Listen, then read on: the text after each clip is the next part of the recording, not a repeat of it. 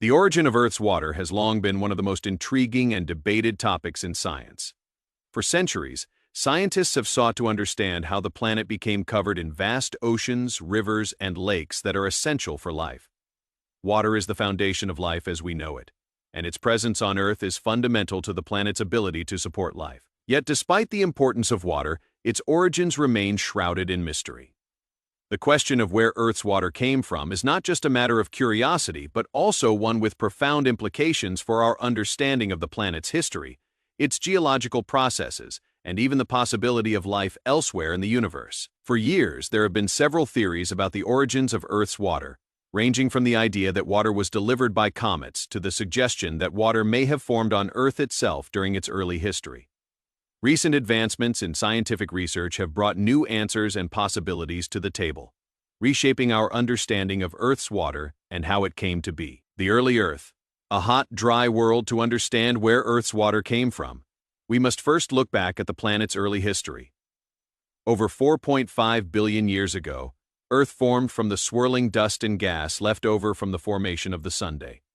In its early years, Earth was an extremely hostile environment, with temperatures far too high to allow for the existence of liquid water. Instead, the planet was dominated by volcanic activity, a harsh atmosphere, and a molten surface. This early period, known as the Hadean Eon, was a time when the Earth was still cooling and stabilizing. The conditions were inhospitable to life, and the water we know today had not yet come into existence in liquid form. The question then becomes, how did Earth transition from a dry, molten world to the blue planet we see today, covered in oceans? For years, scientists speculated that the water on Earth came from one of two sources. It was either present from the very beginning, or it was brought to Earth later on through some external process. To answer this question, scientists have turned to several different fields of research, including geology, astronomy, and chemistry. Theories about the origin of water on Earth. There are two major hypotheses about where Earth's water came from: in situ formation and extraterrestrial delivery. Both theories have been the subject of intense scientific investigation, and recent advancements are shedding new light on both possibilities. In situ formation. Water from Earth's early history. The first theory, in situ formation, suggests that Earth's water was always present, forming as part of the planet's early chemical processes. According to this theory, as Earth cooled from its molten state, the gases in the atmosphere, including hydrogen and oxygen, reacted chemically to form water. This process, known as hydrothermal outgassing, could have been responsible for releasing water vapor into the early atmosphere. Over time, as Earth cooled further, this water vapor would have condensed into liquid form and eventually pooled into the oceans. One important clue supporting this hypothesis comes from Earth's mantle. Recent research has found that water is deeply embedded within the minerals of the Earth's mantle. Some scientists believe that this water could have been trapped in the minerals as the planet formed. Over millions of years, this water could have been released through volcanic activity, eventually making its way to the surface. This theory suggests that Earth's water may have formed on the planet itself without the need for an external source. Extraterrestrial delivery. Water from space. The second theory is that Earth's water was delivered from external sources, most commonly comets and asteroids. According to this hypothesis, during the early years of the solar system, when Earth was still in its formative stages, icy comets and water-rich asteroids may have collided with Earth, depositing water onto the surface. This theory is supported by the fact that comets and asteroids are known to contain water in the form of ice. In fact, many comets are made up of a mixture of rock, dust, and frozen water, and their orbits often bring them close to Earth. It is thought that during the late heavy bombardment, a period of intense asteroid and comet activity around 4 billion years ago, these bodies could have bombarded Earth with large amounts of water, contributing to the formation of oceans. Recent studies have shown that isotopes of hydrogen, such as deuterium found in Earth's water, are similar to those found in certain types of comets.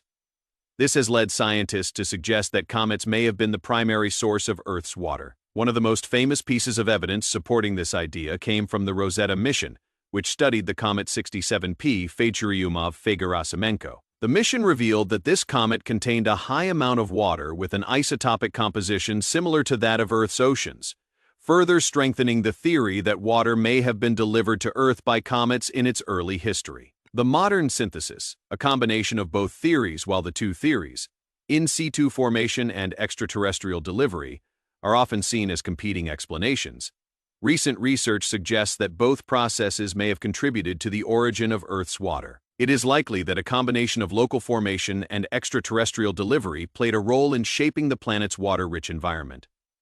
One recent study proposed that Earth's water could have been formed in the planet's early atmosphere through volcanic outgassing, while comets and asteroids contributed additional water over time. This dual approach suggests that the Earth may have had a small amount of water from the outset, which was then supplemented by water from space delivered by celestial bodies during the late heavy bombardment period.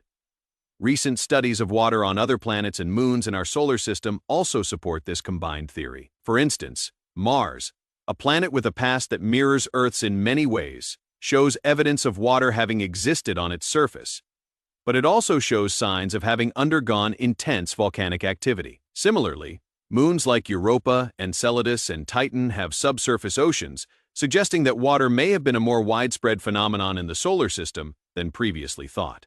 The role of water in supporting life, the presence of water on Earth, is not just important for the planet's geologic history, but also for the existence of life itself. Water is often called the universal solvent because of its ability to dissolve a wide range of substances, making it a crucial component for biochemical reactions.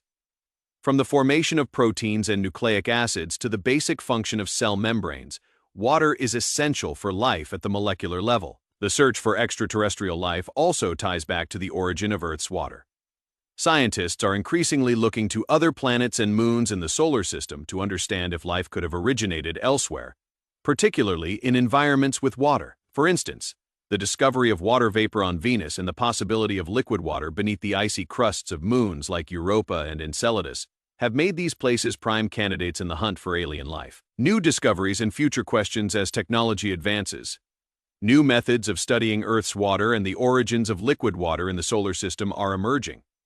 Advances in satellite imaging, space probes, and laboratory techniques are allowing scientists to probe deeper into the history of our planet and the history of water in the universe. These findings are crucial not only for understanding Earth's past, but also for uncovering the broader mysteries of the solar system and the universe. For instance, Mars rovers like Curiosity and Perseverance are investigating the presence of water on Mars, both in its past and potential subsurface lakes today. Data from the James Webb Space Telescope and other observatories will continue to provide insights into how water is distributed throughout the galaxy, and whether planets around other stars could host the right conditions for life.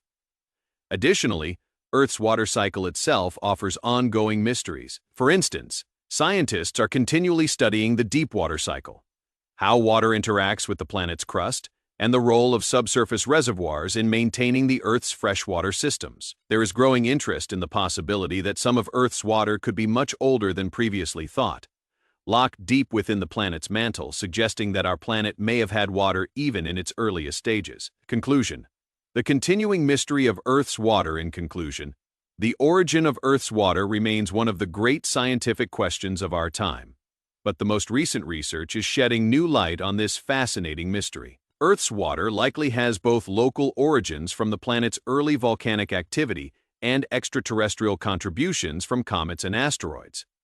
Together, these processes form the conditions that allowed Earth to develop into the water-rich planet capable of supporting life. As scientists continue to investigate the origin of Earth's water and the broader presence of water throughout the cosmos, new questions will arise about the possibility of life on other planets, the role of water in planetary formation, and how water continues to shape the geological and biological history of Earth. The study of water's origins not only provides insight into our planet's past, but also offers valuable clues to the broader questions of life beyond Earth.